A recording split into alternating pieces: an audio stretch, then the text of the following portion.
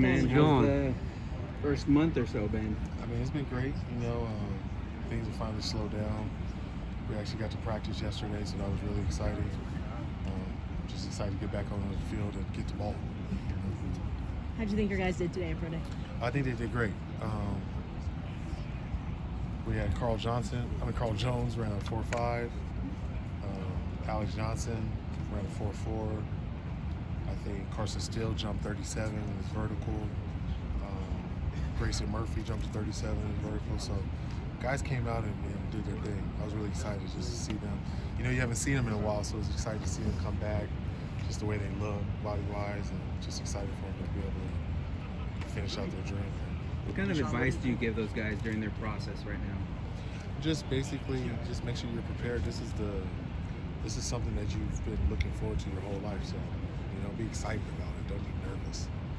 So that's basically it. DeShaun, I know he's standing right here, but what do you think an NFL team is getting from Bucks when they draft? Just a complete football player. Somebody whose why is bigger than just money or something like that. You know what I mean? Like, for him to come back from the type of injury that he's had, that lets you know the type of dedication he has to ball. So anybody that's had something taken away from them, they go extra hard to get it back. And being the first rounder that he is, he showed it. DeShaun, can you give a scouting report on Carson Steele?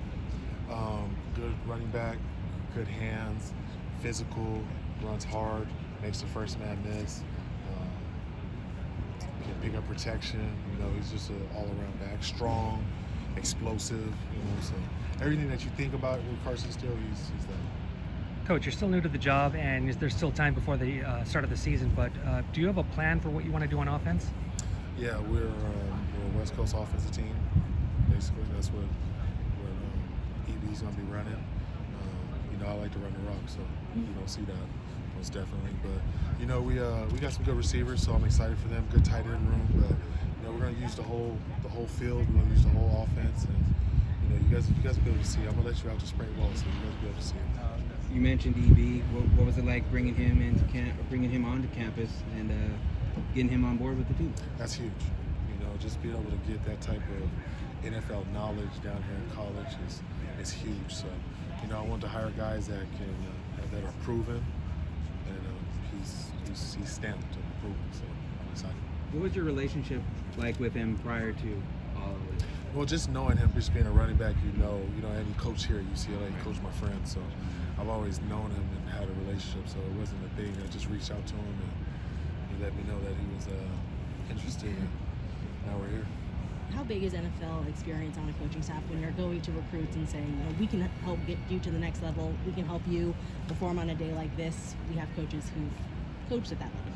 Well, a lot of schools lean on the history of the school, but some of those people didn't coach those players.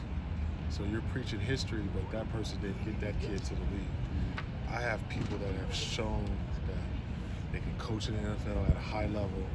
So these kids are going to be learning NFL terminology, technique, just how to carry yourself around.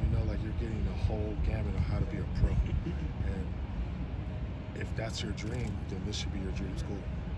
Coach, about 6 weeks ago, it looked like you'd be here scouting players for the Raiders. Now you get a chance to breathe yet and just kind of catch your breath and get your feet planted. Finally, yeah, it's finally here. Once we start spring ball, it was okay, now let's put our focus on the ball. So, first week, two, it was just different, just transitioning, figuring things out. But I think I got a good grasp of it right now, and things are going well. Fans were excited to hear that the spring game or spring showcase is going to be at the Rose Bowl. How important was it for you to set that up? That's huge. We got to have a lot of alumni, player, and fan to come together and really support us. So I just wanted to just bring it back to how it was when I played. That's it. We had a lot of fan engagement. We used to do autograph signings with the fans and stuff. So let's just give people just something to want to be a part of. It's just deeper than just watching the game. When they can relate to you and actually get to meet the players and stuff, it makes them want to come out and support. So I just want to give people access to our players and go from there. And for you, you've been seen, I think, at a water polo game, a softball. What is that like for you to kind of engage and be a part of, you know, the UCLA community and reach out to some of these other teams on campus? Just trying to support coaches, and you know what I mean. If we're a growing family, we got to truly be a growing family. I went to school with Adam, so that was easy. You know, going to see Kelly and all them upstairs at softball was great. So I don't know. I just want to I'm a Bruin.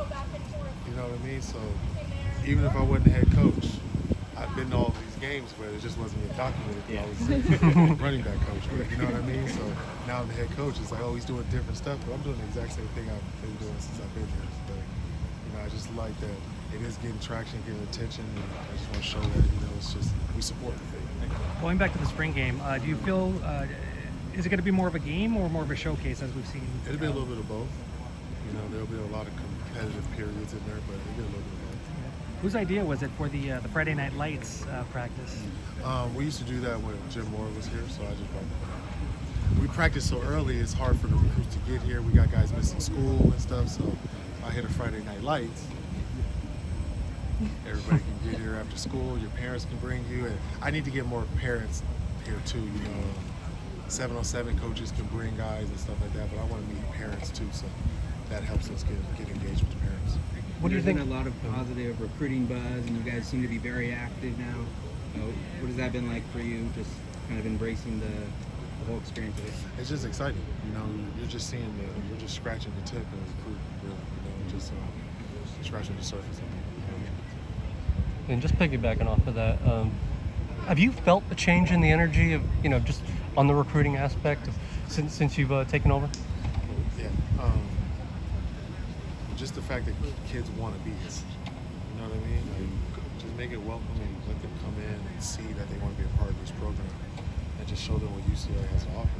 I'm not doing anything different. I'm just showing them what we have.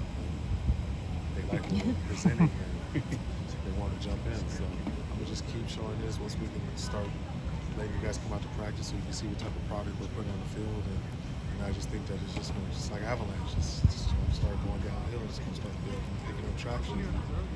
Hopefully we got something good going. Does it feel different walking into a living room of a kid as you're the head coach now, you're not a running back?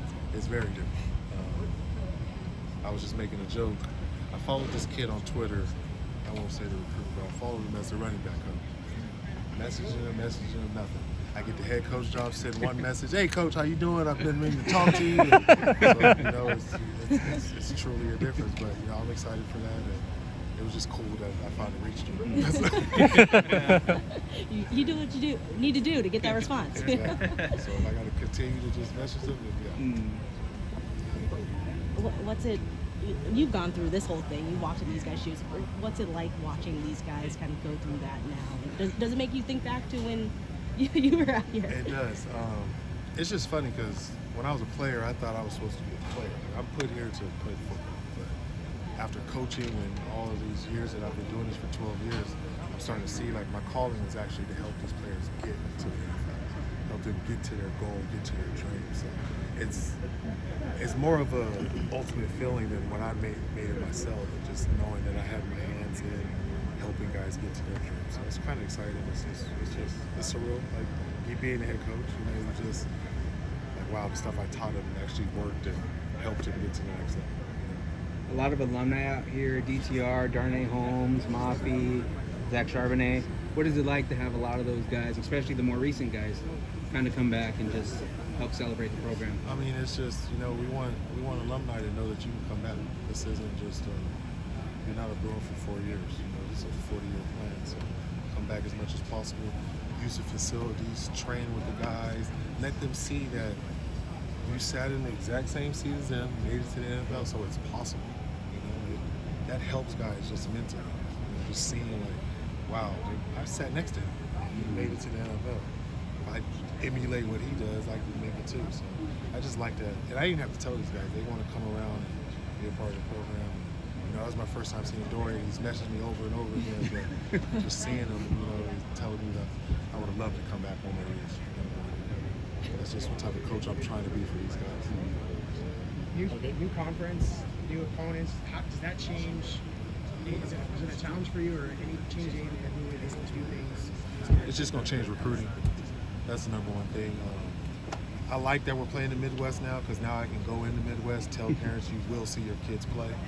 It was different when we were in the Pac-12 and I'm trying to recruit a Midwest kid. And you guys can fly out 4 hours and catch this game, but now, you know, they're gonna be able to see their kids play, and I'm just excited for them. You know, we're in a great conference, Big Ten, so I'll give a lot of exposure that we need, and being the type of school that we are, I think we're going to really capitalize on this and take off. Coach, with NIL, What's the biggest challenge? you know, that's basically the biggest one. The ball part is the easy part about it. It's the stuff outside of the X's and O's. Thank you.